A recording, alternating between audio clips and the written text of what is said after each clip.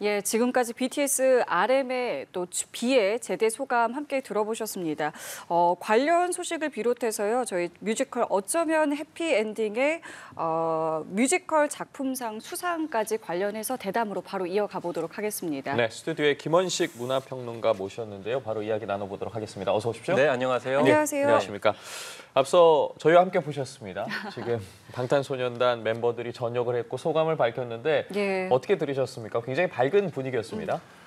사실 이제 개인적으로는 감개무량한데요. 사실 연합뉴스 TV에서도 이 입대할 때 소식을 많이 전하기도 했었고, 그렇죠. 그래서 사실 뭐 본인들은 팬과 함께 시간이 더뎠을 거라고 생각을 하지만 드디어 이 시간이 왔구나 이런 그러네요. 생각이 들었고요. 예. 특히 밝은 표정이었고요. 무엇보다 사실 군 입대 전에 군대 입대하느냐 마느냐 가지고 참 정치권과 관련해서 여러 가지 참 고충이 있었습니다. 예. 더더군다나 이제 여러 가지 행사도 그때 부산에서 하는 와중에 좀 팬들에게 각고의 어떤 진정성들을 보여주기도 했었는데 어쨌든 그런 어려움들을 다 극복하고 이렇게 전역을 6월달에 이제 마치게 되니까 앞으로 이제 완전체 활동 충분히 기대할 만하고요.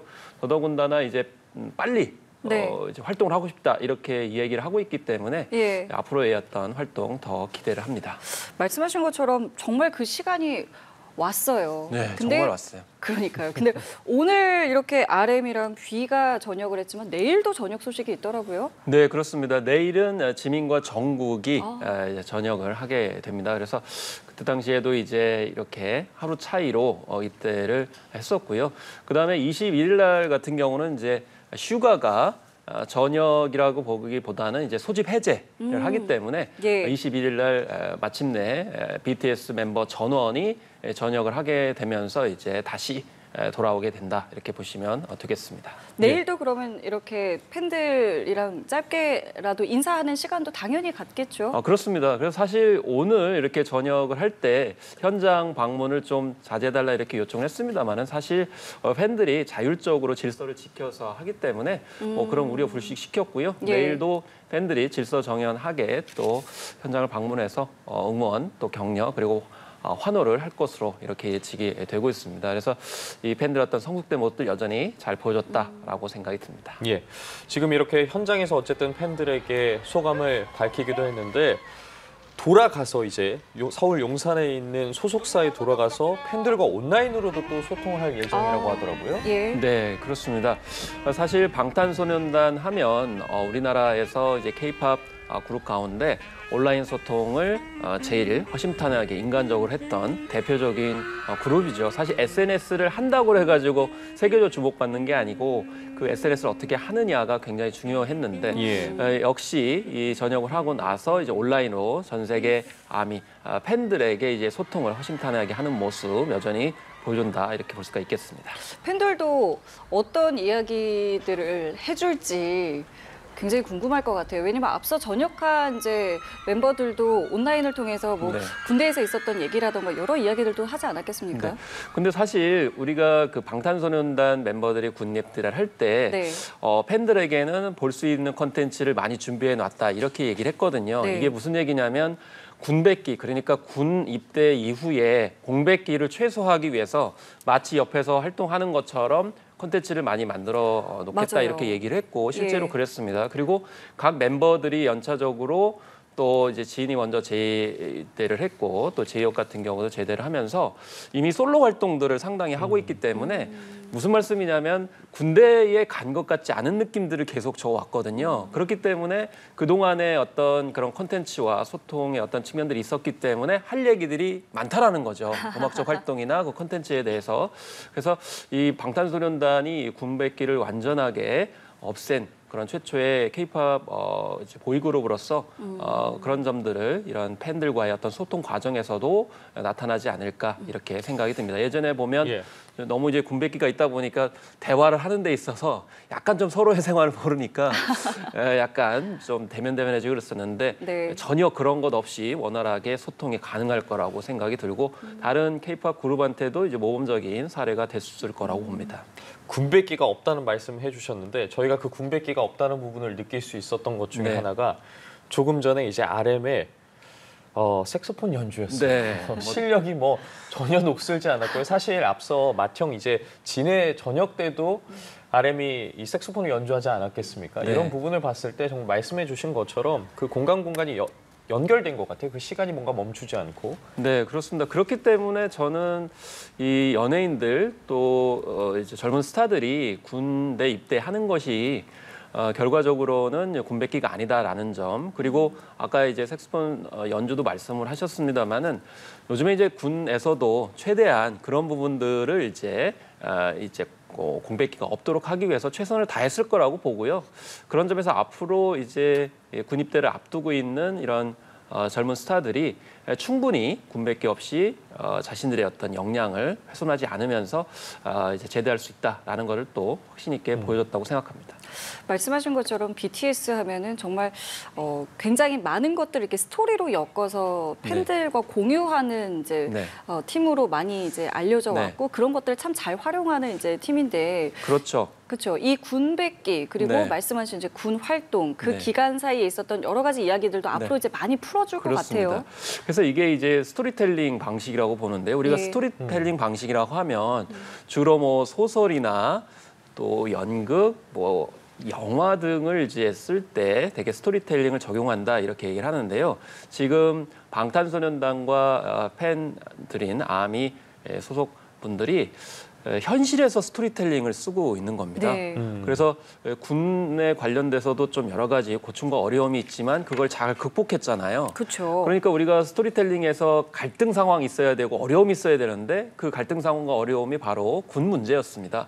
그걸 어쨌든 본인들이 우리는 뭐 팬들도 마찬가지입니다만은 군복무 하겠다 처음부터 얘기를 했거든요. 근데 자꾸 정치권이나 다른 쪽에서 이제 흔드는 그런 측면들이 있었는데 그걸 극복하고 지금 전역을 하고 있기 때문에 이런 역경을 극복하는 스토리텔링을 현실에서 쓰고 있다라는 거고 이 좋은 결과가 저는 뭐 그래미 어워즈 등 이후의 활동에도 또 하나의 또 스토리텔링으로 이어질 거라고 저는 봅니다. 뭐 토니상도 이제 지금 6관왕을 받았는데 지금 그래미상까지도 저는 충분히 가는 어떤 스토리텔링의 과정에 있다 이렇게 생각합니다. 예, 그 스토리텔링과 관련해서 너무나 서사라고 해야 될까요? 이런 네. 부분이 탄탄하기 때문에 또 세계 팬들이 열광하는 게 아닐까 싶은데 오늘 또 전 세계 팬들이 많이 모이기도 했고 실제로 해외에서도 전역과 관련해서 굉장히 뜨거운 반응들을 보이고 있다고. 뭐 일본 같은 경우에는 멤버 지민 전역을 기념해서 뭐 도시의 주요 랜드마크를 지민을 상징하는 뭐 노란색으로 뭐 칠하는 뭐 점등 행사도 한다고 하고 뭐 페루나 카자흐스탄 등에서도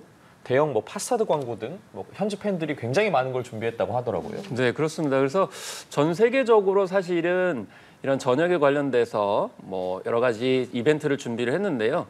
그거는 뭐 이전에도 예를 들면 멤버들의 생일을 맞이해가지고 여러 가지 조치를 취하는 것 연장해서 살 수가 있는데 최근에는 뭐 시티버스 투어 그 버스에다가 래핑을 해가지고 예. 축가를 한다든지 아니면 지하철역이나 그 안에 그런 전광판에다가 이제 저녁 축하에 관련된 그런 것들을 이제 팬들이 십시일반 모아가지고 하고 있는 것이 전반적인 특징이라고 볼 수가 있겠고 그래서 국내에 막론하고 전 세계 팬덤들이 이렇게 축하의 메시지를 전달하고 있다는 점 그런 점들이 정말 이 저녁을 이제 축제처럼 즐기고 있는 그런 모습까지도 이제 볼 수가 있다고 하겠습니다. 조금 전에 저녁 소감 들었을 때 멤버 B는 빨리 복귀해서 공연하고 싶다라고 이야기를 했는데 많은 팬들은 그 공연의 모습을 또 얼마나 기다려 왔겠어요.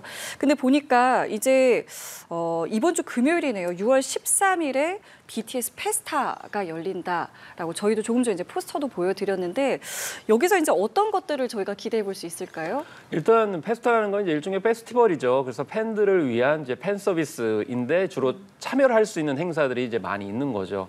당연히 방탄소년단에 관련된 사진이나 영상도 볼 수가 있겠고요. 예. 심지어는 이제 AR 그런 VR 체험 공간에서 사진을 찍을 수도 있고 또 관련해서 굿즈를 또 접할 수 있는 것. 그래서 참여도 하면서 약간의 자기들의 어떤 소장품도 이렇게 취할 수 있는 그런 다양한 행사들로 이루어진다라는 것이죠. 그렇기 때문에 무엇보다 참여와 어떤 성취감 그리고 이 다양한 BTS의 면모들을 볼 수 있는 그런 콘텐츠로 이제 구성이 된다는 거고요. 다만 페스타가 앞서도 좀 온라인 말씀드렸습니다만은 물리적인 공간에서만 하는 게 아니고 온라인으로도 한다는 거죠. 왜냐하면 전 세계에 팬들이 흩어져 있기 때문에 단순히 한국에서만 하게 되면 참여 못 하시는 분들이 네네. 많잖아요. 그렇기 때문에 온라인으로도 이제 참여할 수 있는 그런 시스템이 갖춰지고 있는 그런 상황이라서 이런 점도 우리 K-팝의 큰 특징이라고 생각이 듭니다. 예, 다가오는 금요일이죠. 6월 13일이 BTS가 데뷔한 지 벌써 12주년이라고 하더라고요. 정말 네. 시간이 참 빠르다라는 생각을 하게 되는데 그동안 사실 BTS가 활동을 하면서 국내 팬뿐만 아니라 정말 전 세계 팬들을 위로해줬고 그 위로하는 과정 속에서도 많은 감동이라고 해야 될까? 오늘 현장에서도 전 세계 팬들이 그 모습을 보면서 눈물을 흘리는 장면까지 저희가 확인할 수 있었거든요. 앞으로 그런 위로 또 감동 굉장히 기대가 많이 되는 부분들이 남아 있습니다. 네, 그렇습니다. 이제 방탄소년단의 전 세계적으로 크게 기여한 바는 전 세계 청춘들의 아픔과 고통, 방황, 번민, 고민들을 대변해주고 예. 그 어려움에 있는 많은 젊은 청춘들에게 희망과 그리고 위로를 전달해 줬다는 겁니다. 그렇기 때문에 아이돌이 우상이 아니고 나의 친구고 나의 분신이면서 또 나의 동반자라는 인식을 이제 줬거든요. 그렇기 때문에 그 메시지들이 여전히 유효하고 더더군다나 군 생활이라는 것이 사실 아무리 편해진다 하더라도 군 생활이거든요. 예. 그건 이제 개개인의 관점에서 봤을 때는 어려움입니다. 그 어려운 과정을 겪고 다시 복귀를 하기 때문에 그 과정에서 이 팬들도 자신들의 어떤 어려움을 떠올릴 수 있는 거고요. 또 그것을 극복할 수 있는 힘을 줄 수 있는 그런 방탄소년단의 면모. 그래서 그냥 그 자체로 저렇게 전역하는 모습 자체가 희망과 위로, 힘을 준다 이렇게 보시면 좋을 것 같습니다. 희망과 위로를 주면서 12년을 달려왔는데 저는 또 개인적으로 궁금한 게 앞으로의 도전이에요. 사실 BTS 하면은 새로운 길을 늘 개척했고 도전해 오지 않았겠습니까? 네, 사실 저는 이제 한국의 특수성이 콘텐츠의 어떤 질적 도약을 이룰 수도 있겠다라고 생각이 드는 게 뭐 현빈 씨도 있었고 이승기 씨도 있었는데 군대 갔다 오면 그 콘텐츠나 활동의 폭과 깊이가 좀 깊어지거나 차원이 좀 달라지는 경향이 있어요. 아무래도 그 과정에서 어려움을 극복하기도 하고 삶에 대한 어떤 사유들이 깊어질 수 있는 거거든요. 그렇기 때문에 그런 점에서 또 의미가 있고 또 이 각 멤버들이 솔로 활동을 해왔어요. 그러다 보니까 자기의 콘텐츠를 깊이 있게 또 색다른 시도도 많이 했거든요. 그렇기 때문에 완전체 활동과 개별 활동들이 결합을 하면서 좀 더 풍부한 콘텐츠들이 많이 나올 가능성이 이제 높다라고 생각이 들고요. 또 한편으로는 이제는 12년이 됐기 때문에 이 아이돌 그룹으로서는 이제는 좀 약간 시니어 연장자에 속한다 이렇게 볼 수도 있겠죠. 그래서 제 개인적인 바람은 지금 5세대 이제 보이그룹, 걸그룹들이 많은데 같이 좀 콜라보를 해서 활동들을 많이 했으면 좋겠어요. 그래서 이제는 이제 4세대, 5세대 아이돌 그룹들이 본격적으로 전 세계에 우리 K-팝을 자리 잡게 만드는 그런 동반자적인 어떤 상호 성장의 서사를 보였으면 좋겠다는 생각도 해봅니다. 말씀해 주시는 부분과 관련해서요. 사실 앞서 전역한 멤버들 뭐 진도 그렇고요. 요즘 예능 프로그램에서 굉장히 많은 모습을 보이고 있잖아요. 그런 부분도 상당히 저희가 주목해 볼 만한 부분일 것 같거든요. 어떻게 보셨습니까? 네, 일단 K-팝 그런 멤버들 같은 경우는 상대적으로 예능에서 활동하는 예가 그렇게 이제 많지는 않았고 특정 인에게만 이제 한정이 됐었는데 방탄소년단 같은 경우는 뭐 거의 전 멤버가 예능 프로그램에서 이 좋은 모습을 보여주는 것, 특히 인간적인 모습을 보여주는 것이 또 의미가 있는 것 같아요. 예. 그리고 또 우리나라의 전체 어떤 예능 프로그램의 관점에서 보게 되면 사실 우리나라 예능 프로그램들이 드라마와 영화에 비해서는 세계적인 진출이 좀 약간 더딘 측면이 있습니다. 왜냐하면 예능이라는 건 우승 코드이기 때문에 우승 코드야말로 전 세계적으로 통하기가 좀 쉽지 않은 측면이 있습니다. 예전에 심영래 씨가 그 할리우드에 도전했다가 좀 실패한 사례도 있었는데 그만큼 이제 세계인들을 즐겁게 웃기게 하는 것이 이제 어렵다는 건데 그렇지만 방탄소년단 멤버들이 예능 프로그램에 출연함으로써 우리나라의 예능 프로그램들이 전 세계적으로 공감하고 확산되는 데도 기여를 하고 있다는 점, 이 점도 눈여겨봐야 될 그런 공헌점이라고 생각합니다. 그러니까 이렇게 이미 전역한 멤버들은 뭐 예능 활동을 하고 뭐 솔로 활동을 하면서 팬들과 이전과는 좀 다른, 좀 다채로운 모습을 보여주고 있고 군에서도 사실은 저는 개인적으로 좀 재미있게 봤던 것이 멤버들마다 이제 좀 특색 있는 부대에 갔더라고요. 이것도 하나 이제 경험이 돼서 또 다른 모습을 보여주는 데 도움이 될 것 같다는 생각도 듭니다. 그렇죠. 그렇기 때문에 이제 어느 지역의 부대를 갖느냐 그리고 병가가 무엇이냐에 따라도 다를 수도 있고요. 또 사회복무요원의 경험도 또 달라질 수도 있는 거라고 볼 수가 있겠습니다. 그리고 사실 이제 방탄소년단이 완전체로 활동하긴 했습니다만은 개별 활동을 통해 가지고 각자의 또 그런 노래와 컨텐츠들을 또 생산을 해 왔거든요. 그 멤버별로 또 활동 성과도 좋아서 핫 100에서 이제 1위를 차지하는 그런 사례도 이제 있었기 때문에 네. 그런 점에서 이제 앞으로 그런 활동들의 어떤 철학과 세계관도 각자 달라지기 때문에 그런 점에서 팬덤의 어떤 다양성 그리고 이제 색채의 어떤 스펙트럼이 넓어지는 것도 우리가 확인을 할 수 있기 때문에 저는 이제 방탄소년단이 이제 새로운 시도와 실험을 하고 있다고 생각이 들어요. 그래서 우리가 흔히 아이돌 그룹 하면 아티스트라고 부르지 않는 경향이 있습니다. 특히 기획형 아이돌이라고 했을 때는 그런 경향이 있는데 방탄소년단 같은 경우는 자율형 아이돌이거든요. 자율형 아이돌은 무엇이냐면 어떤 특정 누군가와 기획, 디렉팅한 대로 움직이는 게 아니고 자기들 스스로가 기획을 하고 이제 프로듀싱을 하면서 활동하는 그런 이제 가수들을 말합니다. 그렇기 때문에 앞으로 이 자율형 아이돌로서 개별 활동들의 어떤 콘텐츠들이 완전체 활동을 한다 하더라도 거기에 수렴되지 않고 독자적인 색깔을 지닐 것으로 이렇게 생각이 들기 때문에 예. 앞으로 할 수 있는 그런 활동들이 너무나 많기 때문에 그런 것들이 너무 기대가 됩니다. 예, 그렇기 때문에 이번 멤버들의 군 생활에서 또 어떤 모습을 보였을지도 굉장히 관심이 가는데 앞서 저희가 영상을 통해서도 보여드린 것처럼 전투복에서도 확인할 수가 있었어요. 지금 RM 같은 경우에는 군종병과 네. 지금 명찰 위에 군종병과가 있었고 B 같은 경우에는 또 특급 전사. 그쵸. 굉장히 또 군 생활을 열심히 한 방증이지 않겠습니까? 그런 맞습니다. 부분들도 저희가 좀 콘텐츠로 또 풀어내는 부분도 기대해 뭐 볼 예를 수 있을 것 들면 같습니다. 군종병과라고 예. 설명을 드리면 이제 종교에 관련된 부분이기 때문에 사실 RM의 평소에 보여줬던 행보와도 일면 이제 상통한 점이 있다고 생각이 들어요. 뭔가 철학적이고 사유를 깊이 내고 특히 그런 것들을 이제 미술과 접목시키는 활동들을 했고요. 특히 RM이 이제 리더이기 때문에 리더야말로 이제 전반적으로 총괄하는 그런 세계관과 가치관을 가지고 있어야 되기 때문에 그런 깊이 있는 리더십을 또 보여줄 가능성도 있겠다. 그리고 전체 완전체 활동을 할 때 RM의 어떤 철학들이 이제 일정한 방향을 보여주는 디렉팅을 하는 모습도 이제 기대를 할 수 있다고 생각이 듭니다. 네. 많은 이야기를 나눠봤는데요. 이 군대에서 보낸 시간들이 앞으로의 활동에 어떻게 녹아들지가 개인적으로 참 이제 궁금해지게 됐는데요. 평론가님께서는 BTS의 앞으로의 활동에서 가장 개인적으로 좀 주목하고 계신 게 어떤 건지도 궁금합니다.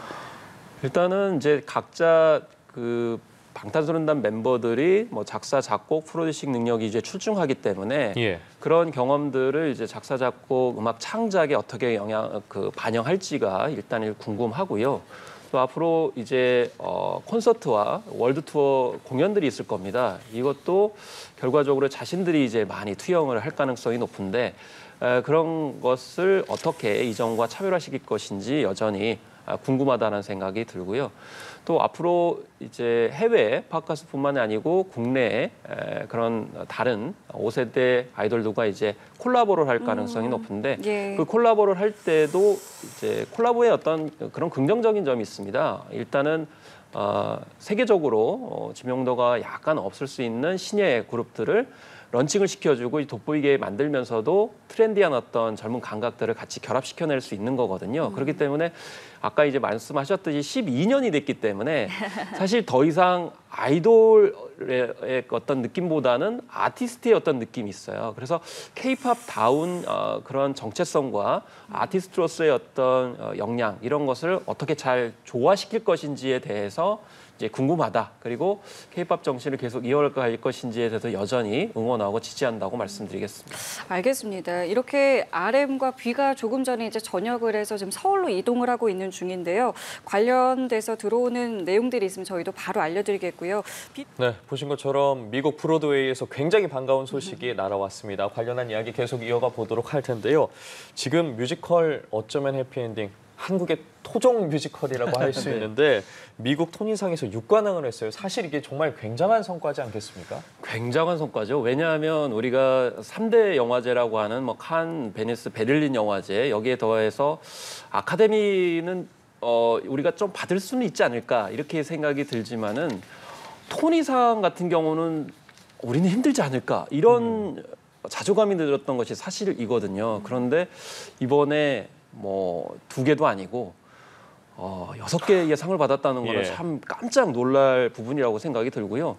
무엇보다 이 본상을 받았다는 겁니다. 이제 본상이라는 거는 대체적으로 작품상, 연출상, 극본상, 그리고 음악상, 특히 뮤지컬이기 때문에 음악상이 굉장히 중요할 수가 있거든요. 근데 다 바로 받은 그런 상황이 돼버린 겁니다. 여기에 이제 남자 연기상 그리고 무대 디자인상까지 이렇게 해서 6개의 상을 받았기 때문에 정말 깜짝 놀랄 그런 소식을 보여줬다. 더더군다나 아까 언급하셨듯이 창작 뮤지컬이기 때문에 더욱 그렇습니다. 위대한 개츠비라는 작품도 있었습니다만 잘 아시다시피 이 위대한 개츠비는 피츠제럴드의 1920년대를 다룬 그런 소설이죠. 그러니까 현지에 진출을 할 때 거기에 익숙한 작품을 가지고 진출할 때 훨씬 더 호응도가 높을 거라고 생각을 해서 현재 원작을 바탕으로 하는 경우가 이제 현지화 전략의 대부분이라고 하는 건데 예. 그렇지만 어쩌면 해피엔딩은 우리 창작 뮤지컬 전혀 새로운 현지에서 다루지 않은 그런 작품이라는 점에서 큰 의미가 있고요. 대개 할리우드 같은 경우도 그렇습니다만은 이 브로드웨이 같은 경우는 크게 2가지 유형의 뮤지컬이 있습니다. 첫 번째는 고전 작품에 바탕을 둔 그런 유형입니다. 예를 들면 레미제라블을 생각하시면 예. 될 것 같고요. 그런데 또 한 가지가 무비컬입니다. 무비컬은 영화에 바탕을 둔 작품들입니다. 예. 예를 들면 라이온 킹을 이제 생각하시면 되고 맘마미아도 떠올리실 수가 있는데요. 이 작품들은 대작인데다가 약간의 검증이 된 작품들이죠. 그렇죠. 예, 뭐 고전에다가 이제 영화 원작이기 때문에 그만큼 브로드웨이는 대규모 제작비를 투여하는 대시에 실패하지 않아야 되기 때문에 그런 점에서 이제 검증된 원작과 이제 영화의 바탕으로 하는 특징이 있는데 이번에 이 어쩌면 해피엔딩은 완전 창작 뮤지컬이기 때문에 더욱더 각별한 의미가 있다고 볼 수 그러니까 있겠습니다. 세상에 없던 이야기였던 완전히 거잖아요. 없는 이야기죠. 그래서 더 궁금한 게 지금 평론가님 말씀하실 때 저희 영상으로 지금 저희 화면 뒤에도 나오고 있지만 남자 주인공이랑 여자 주인공이 나오는 것 같아요. 그러면은 뭐 연애 이야기인가? 어떤 이야기길래 이게 이렇게까지 주목을 받고 있는 걸까요? 일단 소재도 약간 진일보했습니다. 인공지능 로봇의 이야기이거든요. 네, 인공지능 로봇이 등장하는데 사실 이전의 작품들 같은 경우는 인공지능 로봇이 등장하면 주로 정체성의 문제였어요. 내가 사람인가 아닌가 이런 부분에 이제 초점을 맞췄었는데 대표로 영화 이제 AI 이런 걸 생각하시면 됩니다. 그리고 매트릭스도 그런 부분이 약간의 등장을 하게 되는데 근데 이 작품에서는 남녀 주인공이 등장하는데 헬퍼봇이에요. 그러니까 인간의 삶을 서빙하는 도와주는 그런 로봇인데 한참 활동하는 게 아니고 활동이 끝나가지고 폐기 처분당했어요. 이미 그 로봇인 거군요. 네. 그 로봇의 사랑 이야기를 그리는 거죠. 그러니까 로봇이라고 하는 인공지능 로봇이 지금 한참 화두이지 않습니까? 예. 그런데 로봇 이야기를 하면서 로봇의 사랑 이야기를 통해서 우리들의 사랑 이야기를 거꾸로 반출을 하는 거예요. 과연 이런 로봇들보다 우리는 정말 사랑하고 있는지 이런 어떤 성찰을 하고 있기 때문에 대중성과 작품성, 철학성 등을 가지고 있기 때문에 이제 아무래도 이 토니상에서 이제 주목하지 않을 수 없었던 게 아닌가 이렇게 생각이 들고 무엇보다 이제 서울과 제주도를 배경으로 하고 있는 점이 한국적인 색채가 그대로 드러난다라는 점에서 우리에게는 좀 자부심으로 작용할 수 있겠습니다. 예. 그리고 이 어쩌면 해피엔딩의 탄생 비화도 굉장히 관심이 쏠리는데 이 작품을 쓴 박천유 작가 같은 경우에는 카페에 앉아 있다가 어떤 팝송을 듣고 나서 이거 써야겠다 라는 인터뷰를 한 적을 제가 본 적이 있거든요. 네, 맞습니다. 어떤 노래였고 또 어떤 영감을 준 겁니까? 역시 이제 카페에 앉아서 이렇게 창작을 하면은 잘 되는 경향이 있는 것 같아요. 왜냐하면 봉준호 감독도 개인 카페를 많이 가가지고 창작을 했는데 그 카페가 없어서 이제 안타깝다 이렇게 했는데요. 그래서 박전희 작가도 이제 카페에서 음악을 들었는데 바로 데이브 엘반의 곡이죠. 에브리데이 로봇이라는 곡인데요. 이 곡의 이제 가사 내용은 사실 이제 로봇이 등장한다기보다는 우리 일상의 삶이 로봇 같다라는 그런 가사 내용을 갖고 있습니다. 그러니까 결국에는 이 어쩌면 해피엔딩의 주요 주제의식은 로봇의 이야기지만 우리의 삶을 되돌아보는 거거든요. 네네. 그렇기 때문에 이 로봇 같은 삶, 그러면 로봇의 삶과 우리의 삶은 같다라는 영감을 얻게 되는 거죠. 그럼 로봇 이야기를 통해서 우리의 삶 이야기를 좀 해볼까? 사랑 이야기를 해볼까? 이런 식으로 영감을 얻어가지고 작곡가 에런슨에게 이메일을 보내가지고 이제 작품 제안을 하게 되는 그런 이제 과정이 있었습니다. 지금 말씀하신 이 박천육 작가와 작곡가 윌 에런슨 이 둘은 이제 콤비라고도 불리더라고요. 과거에도 뭐 작품 활동을 많이 했었던가요? 근데 사실 이 두 사람은 이제 전공이 좀 다릅니다. 박천유 작가 같은 경우는 한국에서 이제 문해창작을 전공을 했고요. 그리고 이제 윌 에런슨 같은 경우에는 하버드에서 클래식을 전공을 했습니다. 그런데 어떻게 만났냐면 2008년에 뉴욕 대학에서 이제 같이 이제 학교를 다니게 되면서 만나게 됐고요. 그러다가 2012년에 박준희 작가가 번지 점프를 하다를 이제 만들게 되는데 이때 에런슨에게 제안을 하게 되는 거죠. 그러면서 그때 같이 작품을 하게 됐고 그 이후에 여러 작품을 하다가 어쩌면 해피엔딩까지도 같이 작업을 하게 되면서 그 인연이 계속 이어져 왔다라는 겁니다. 그래서 한미 이 창작자가 약간 다른 전공을 가지고 있음에도 불구하고 뮤지컬을 같이 콜라보해서 성공적으로 만들었다는 점에서도 굉장히 큰 의미가 있다. 그래서 요즘에 케이팝도 콜라보를 많이 합니다만은 역시 예전처럼 우리가 뭐 작품이 천재적인 한 사람만에 의해서 만들어지는 게 아니고 이렇게 이 대중문화 혹은 뭐 뮤지컬도 같이 콜라보하고 협업을 통해서 좋은 작품이 만들어진다. 특히나 이 문화적인 어떤 배경이 다른 미국이기 때문에 이런 점에서 앞으로 협업의 중요성이 더 강조되지 않을까 이렇게 생각을 해봅니다. 예, 둘이 밝게 웃고 있는 모습도 보일 수 있는데 윌휴 콤비라고 불리더라고요. 둘이 네, 앞으로 그렇습니다. 또 어떤 작품들을 내놓을지 굉장히 기대가 되는데 지금 영화 기생충의 아카데미상 수상, 오징어 게임의 에미상 수상, 그리고 한강 작가의 노벨문학상 수상. 사실 말하면서도 굉장히 벅차오르는 부분들이 있는데 이번에 우리 뮤지컬의 이 쾌거까지 앞서 저희가 방탄소년단 이야기할 때도 콘텐츠에 이제 질적 도약이라는 부분을 써주셨어요. 이런 뮤지컬 같은 부분에서도 결국은 세계적으로 나아감에 있어서 한 단계 질적 도약을 이루지 않았나라는 생각이 들거든요. 네, 그렇습니다. 우리나라의 창작 뮤지컬이 도입이 된 거는 이제 아가씨와 건달들이 이제 라이선스 공연을 하게 되면서 1995년에 도입이 됐고요. 2001년에 이제 오페라의 유령이 대중적으로 크게 성공을 하게 되면서 이제는 이제 뮤지컬이 대중화 시대에 들어섰구나 이렇게 얘기를 했는데 대중화 시대였습니다만 그럼에도 불구하고 우리나라 창작 뮤지컬의 세계적인 무대에 진출한다는 건 여전히 제약 조건이 있었던 것이 사실입니다. 그런데 중요한 것은 창작 뮤지컬이기 때문에 이제는 우리의 어떤 역량이 그동안 어떤 언어적이거나 아니면 유통상의 그런 접할 기회가 없었기 때문에 선을 못 보였던 측면이 있는데 그게 이제 일정 정도 극복이 됐다고 볼 수가 있겠고요. 그리고 사실 문화예술계는 흐름이 있습니다. 예전에 일본의 자포니즘 코드가 전 세계적으로 이제 받아들여질 때도 약간의 어떤 브랜드 가치가 있었을 때 훨씬 더 받아들이기가 용이한 점이 있거든요. 그래서 우리가 뭐 영화, 드라마 그리고 작년에 노벨 문학상에 이르기까지 우리나라 K-컬처에 대한 전 세계적인 흐름들이 지금 조성이 되고 있는 겁니다. 예. 그렇기 때문에 이 K-뮤지컬 어쩌면 해피엔딩까지도 줄만하다. 그리고 새로운 그런 비전을 제시해주고 있다라는 건데요. 예를 들면 우리나라는 뮤지컬이 대규모로 제작이 될 수 없는 구조에 있습니다. 시장도 굉장히 적지만 물론 지금 뭐 전 세계적으로 4대 뮤지컬 시장이 됐다라는 분석도 있긴 합니다만은 예를 들면 브로드웨이의 평균 뮤지컬 제작비는 340억입니다. 우리가 340억을 들여가지고 뮤지컬을 제작할 수 있는 역량은 안 되거든요. 그런데 어쩌면 해피엔딩은 등장인물이 3명이에요. 근데 이번에 많이 늘려가지고 4명으로 늘렸다는 거예요. 그러니까 뭐냐면 원래 처음 시작은 소극장 300석을 이제 염두에 두고 만든 소규모 창작 뮤지컬입니다. 와. 이런 정도의 작품 규모를 가지고 브로드웨이에서 하지 못하는 내용들을 보여줄 수 있다는 가능성을 보여줬기 때문에 토니상에서 작품상을 준 겁니다.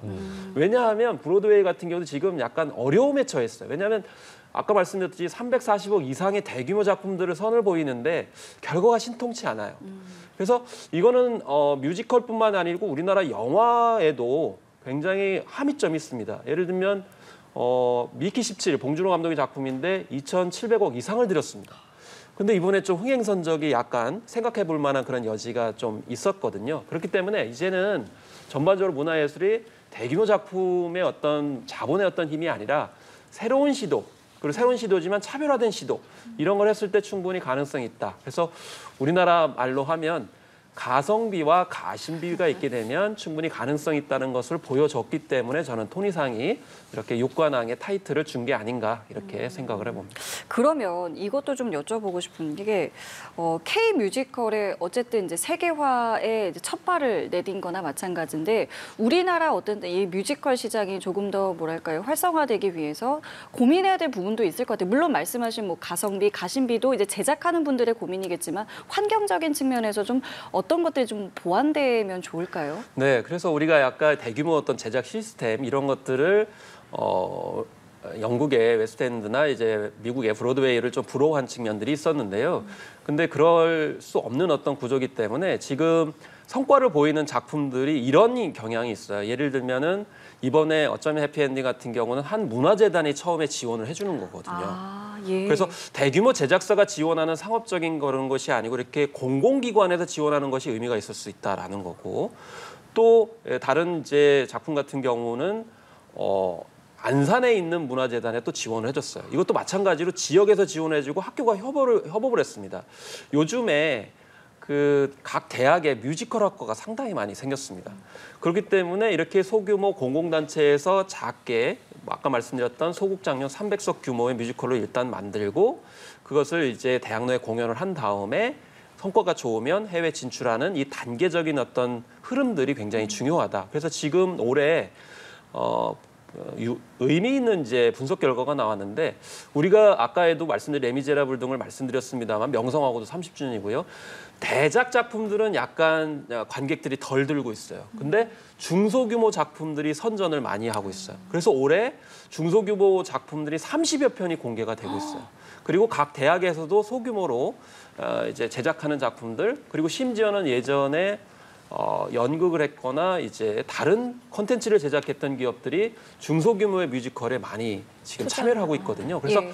이걸 이제 스노우볼 효과라고 하는데 처음에 약간 조그맣게 눈덩이를 만들어가지고 점차 굴려가지고 성공시키는 어떤 사례 네. 이런 것들이 지금 어쩌면 해피엔딩을 통해서 완전히 맞았다.